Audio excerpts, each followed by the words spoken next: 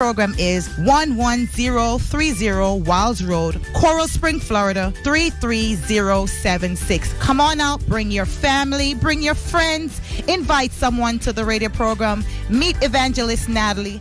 All right, Omega listeners, right about now, we're going to go ahead and hear from the HYATTS with Marriage in a Minute. So go ahead and stay locked in, stay tuned in. Coming at you right about now are Karim and Michelle Hyatt with Marriage in a Minute.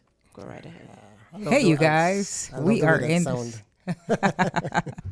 we are in studio live today. It is great to be in the studio. It sounds so crisp. And I have no idea what it looks like outside right now, because usually where we are, we can see. So, but anyway, it is absolutely beautiful outside. You know how much I love to talk about the weather. So it's actually beautiful outside. We got a chance to do some exercise this morning. We were out and about for a couple of hours. We got a little bit of extra tan. This is not the way I looked when I woke up this morning. So, but anyway, here I am with my husband, Karim Hyatt, author of Staying Married, Becoming One Flesh. So here he is. Good afternoon, radio listeners. Glad to be here today in the studio. Like my wife said, it's a freshness. It feels different. Typically we call in, but we're glad to be actually live in the studio. So thank you guys for listening in today to Marriage in a Minute, every Saturday at the same time, 3:30 p.m. And we thank God for the opportunity to minister to you guys on the air on a wide scale.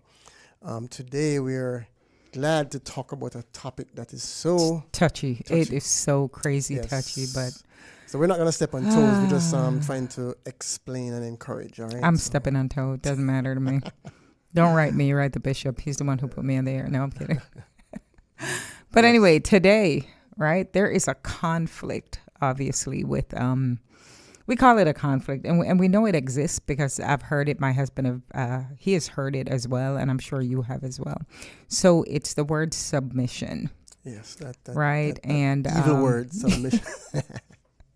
It has caused so many conflicts in so many homes, and we just want you guys to hear our take on it, and let us know how you feel. You can also send us an email at Karim, Karim, as in Michelle, .Hyatt@gmail.com. So we used to have a conflict with my husband. Sometimes he used to say Karim, as in M, as in Michelle, as in Mary. And I'm like, wait a minute, you got a Michelle here and you're talking about Mary? Hello. But anyway, all that's done. But anyway, submission, the word, it's, I don't know. Go ahead. That word, when you hear that word in today's society, it sounds like it's such a bad word, submission. But it's not our word, it's in the Bible. It is in the Bible and in marriage. And we're going to explain, to the best of our ability. Unpack it a little bit. Unpack it, yes. So the question is, why do women avoid it? And why do men crave it? Those are the two questions. Yeah. And we're not saying every woman avoids it. Yeah, and I think, you know what, looking back, I think I also changed my our wedding vows. I think we did to love and to cherish, but I know that traditionally and I think maybe years and years ago, the word to obey, to having to obey or something like that, was a part of marriage vows at one point. So I am not so sure how many years ago, but I know when we got married 21 years ago, I felt it was important to me and to us and to who we were to switch it up. And we didn't have a problem with that at the time. We were just like, ooh, to have to obey, it just sounded so...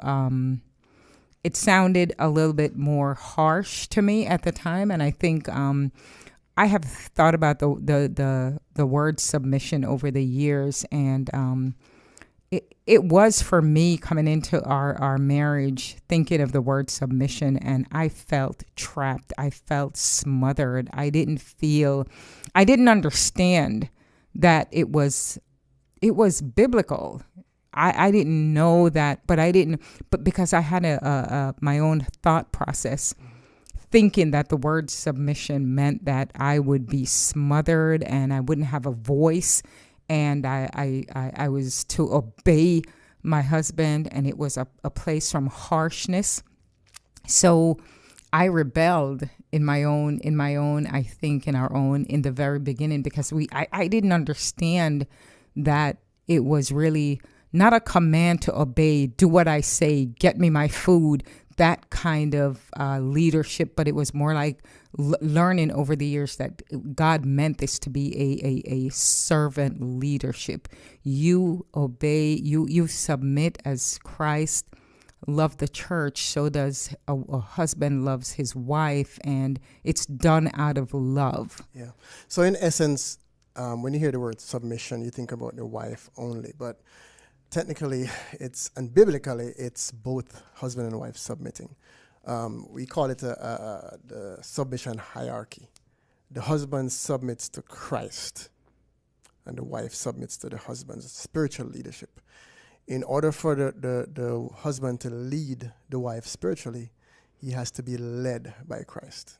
And that's that's the hierarchy. Key, right? Now, when we think about it from a fleshly standpoint, that's what causes the avoidance or the craving, and we're going to explain the reasons for these avoiding and craving in the end. But that's the hierarchy for submission.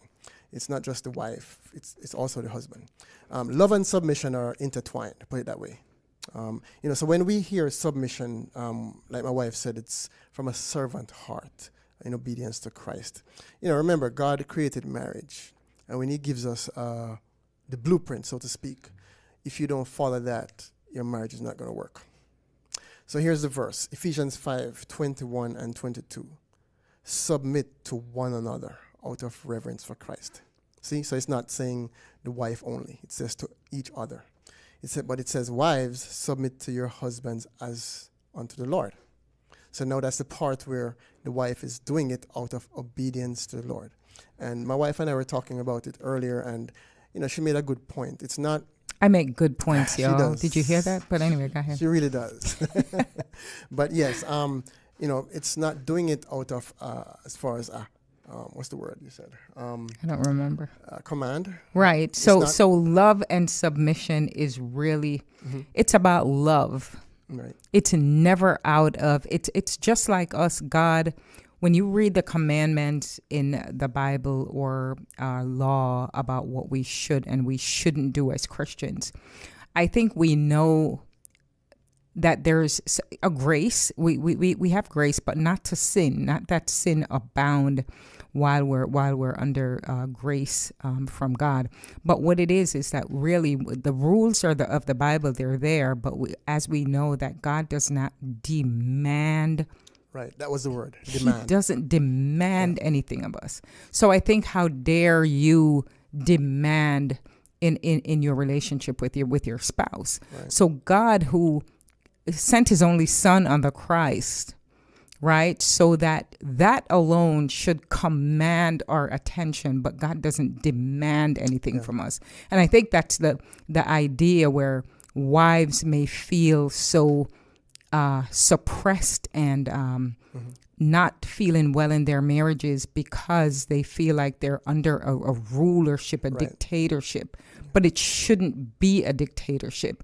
I think just based on the freedom that a wife has in her marriage, she needs to know that she's loved. When you think about the value of women in the Bible and in our society, God values men and women equally. We're different, and there are different roles that we play. Yes. Now, something just came to mind. So I'm talking to the wives. Listen, y'all. You're submitting to your husband not because your husband is the one who commands it. It's God who commands it. If you do it out of thinking for your husband is the one who is commanding, that's a rulership. And in your mind, you're thinking, oh, I have to do it because my husband is saying I have to do it. No, you're doing it because God said it. But listen, so husband, and here's my what did you just give? Okay, a little nugget for you, husband, right?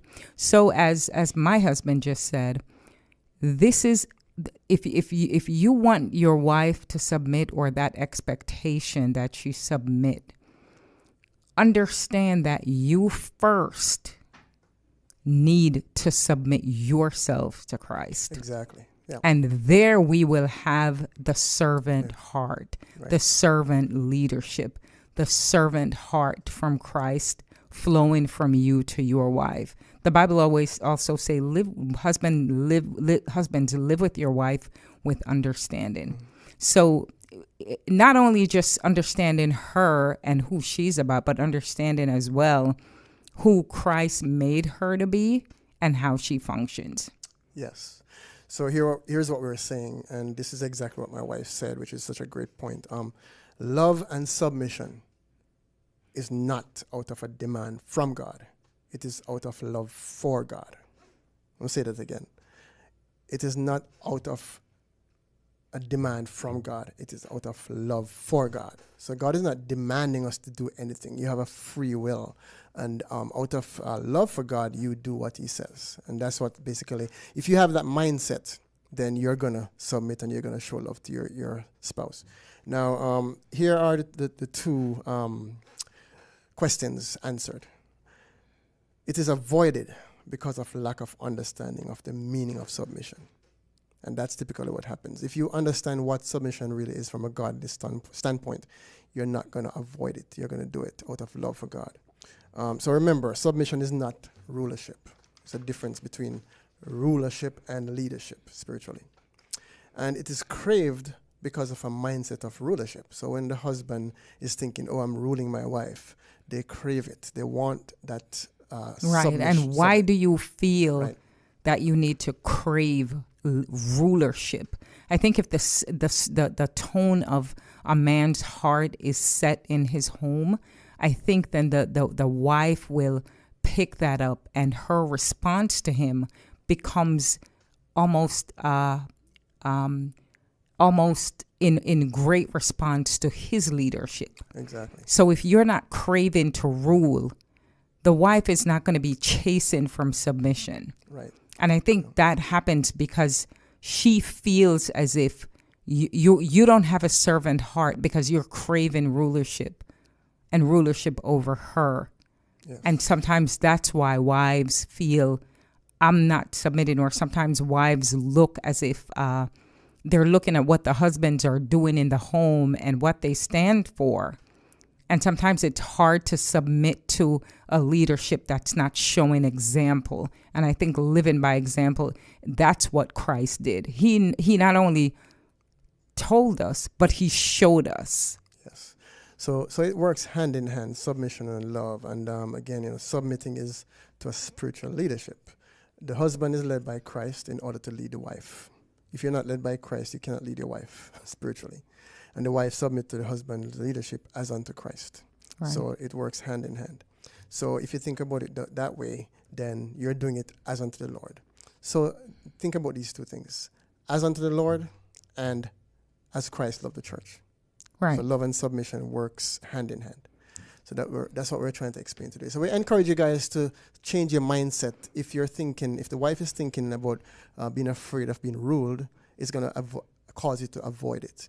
If the husband is thinking of ruling the wife, he's going to crave it. So both husband and wife need to change their mindset and understand what the true meaning of submission and love is. And clearly we can't do this in 15 minutes, so Yes. we want to continue this next week. I love this because it challenges me to be authentic and be honest. And we would love to hear from you guys, by the way, on this as we continue this next week. So so email us at karim.hyatt@gmail.com. Any questions, any comments on this topic or any other topic that we talk about. All right, so we are at the end of our program. And we thank you guys once again for listening to Marriage in a Minute on Omega Radio Broadcasting Network. Join us next Saturday for more on Marriage in a Minute. God bless you guys. God bless you. All right, Omega listeners, you were just tuned in to Marriage in a Minute right here on Omega Radio. Right about now, we're going to go ahead and turn you back over to your normal scheduling, but we would like to say thank you so much to the HYATTS for being a proud sponsor of Omega Radio. We truly do appreciate you and your support towards this ministry. And listeners, tune in next week, Saturday at 3:30 p.m. to hear them live and direct once again. All right, so we're going to go ahead now and turn you back over to your normal scheduling. Hallelujah. It's built on the solid rock of Jesus Christ. Reaching out to